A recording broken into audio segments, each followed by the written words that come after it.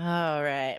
And let me fix my mic. It's kind of far away. Okay.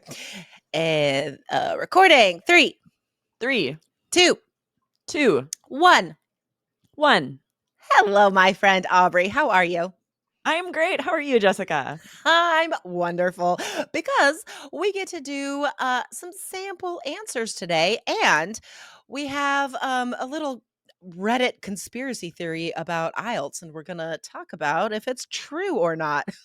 Yes, I'm excited for you guys to get this answer. I can imagine you have read things in forums on Reddit and you're not sure, who to believe because the people answering, you don't know if they really know what they're talking about. So Yeah. we pulled one question today that I thought was really interesting. I can imagine you guys having this question, and we're going to give you the truth. Yes, and stick around till the end, guys, because we're going to do some sample part 3 answers towards the end of today's show. And we're going to share a fun poll, the results of a recent poll we did, and announce a new Spotify poll. Yes. Okay. I'm going to share this Reddit question. Somebody said, me and one of my friends took the IELTS test yesterday. For the speaking part, I got 3 really challenging questions on part 3, and he says he got easy ones.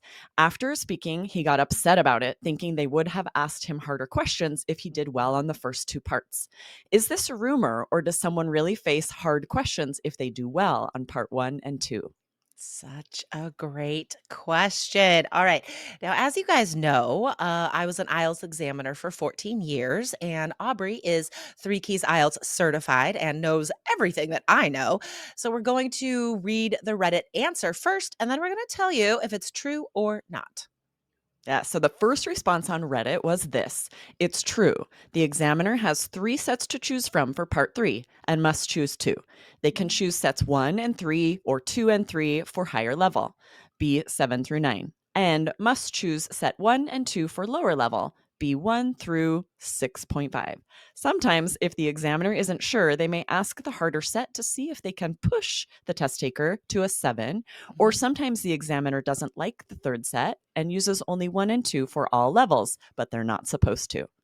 Interesting. All of that is 100% true, you guys. Like that had to be answered by an IELTS examiner. This I'm was not for even sure an joking. examiner that was Yeah. just nice and giving an answer on Reddit for sure. Yeah, everything in there is 100% true. Yeah, for like lazy examiners, they're just going to do the first 2 sets because the third group of questions in part 3 is harder. But yeah, what we're supposed to do as IELTS examiners is if in parts 1 and 2, you're like definitely band 7 or higher, right? Our job in part 3 is to push you to really test that range of fluency and vocabulary to make sure that you deserve a band 7 or higher. So yes, that is 1,000% true. Yeah, and you have to find out, like, are they band 8? Are they band 9? And if so, there are more specific, higher level things the examiner will be listening for. Right, exactly, because you're not gonna really know if someone's band 9 if you only ask them the easier part 3 questions, right? Like, you have to challenge them. Yeah. So, one caveat here: be careful with forums, Reddit. Often the answer is great, like this one, and it's correct, but you don't know. You don't know who's answering. You don't know if they have outdated information or incorrect. Maybe they're actually answering about TOEFL. So, be Yeah, careful totally. trusting these answers. Hopefully, you are part of an IELTS community like ours where you can ask questions and get answers you know are correct, are from an examiner, an ex examiner. So just beware of forums. I see so many answers on forums from students who like from students, first of all, and students who say they've gotten a high score on IELTS. And I'm like, well, even if you've gotten a high score on IELTS, like you still don't know what the examiner's job is, you know? So yeah, definitely be aware of that. And just as a side note here, Aubrey used that great word caveat, which is a callback to some vocab that we taught a couple episodes ago. Guys, if you missed that episode, it's so full of great vocabulary. Yes. It was what was that? What was that episode? 1473. That's what it was. So scroll up and listen to that one, guys. Yes. So we today are going to give you some examples of questions that might be easier on part three if the examiner is sort of choosing an easier question set. And then stick around for the next episode. We are going to show for the same topic some harder questions that you would maybe get if the examiner is choosing those harder question sets.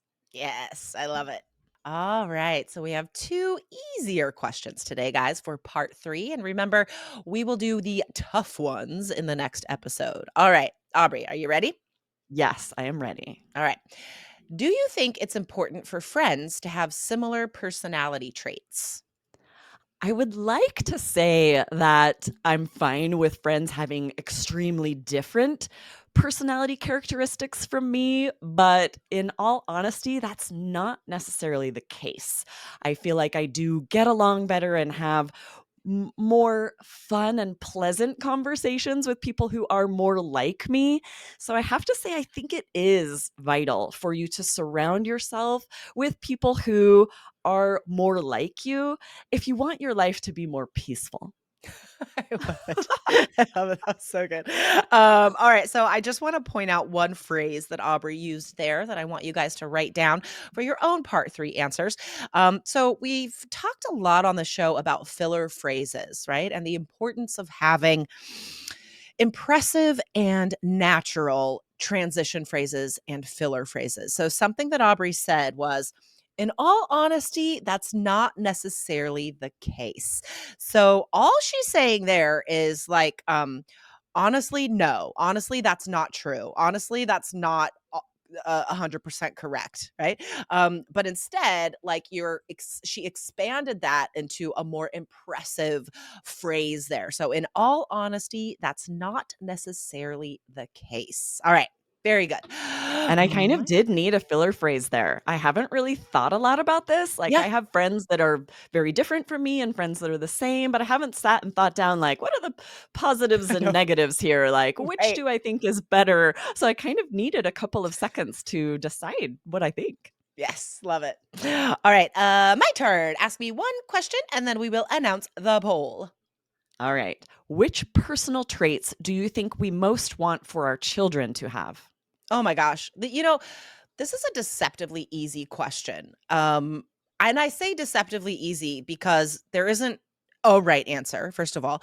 And one person's right answer is going to be the wrong answer for another person. Like, this is a more divisive question that it seems to be on the surface. Okay, anyway, so, personally speaking, I want my child to be a healthy risk taker because that means that they know when to challenge a system. They know when to question expectations. And I think that's a critical thinking trait that we all need in today's world. And I also think that obviously like respect and kindness and empathy, um these three traits are number one. They're all tied for number one in my mind, as to how to create the best humans that we want to be in control of the world in the future. Nice. Amazing. No, that was so great. So much good vocab here.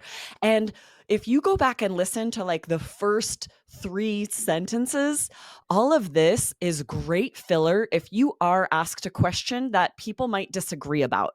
And this happens a lot on part three. It won't be Yeah. an obvious answer. Yeah. So Jessica was saying this is a deceptively easy question.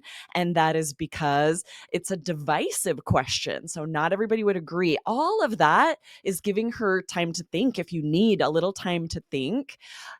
Anytime something, now this of course, if it's a very cut and dry answer, this won't work, but Mhm. most part 3 questions aren't, right? We're asking about Totally. society in general, and people are going to have opposing views, so all of that would be appropriate for a lot of part 3 questions.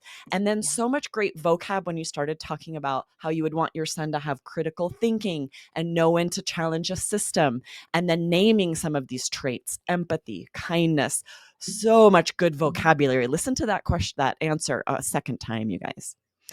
And I just wanna give a specific example here because I am so proud of Mm. how kind my son is.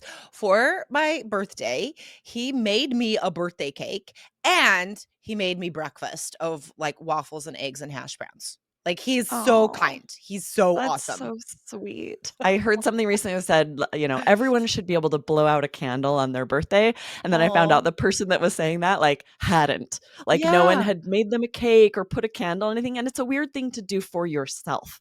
So Right. everyone in your life, make sure to get them a candle I to know, but blow out.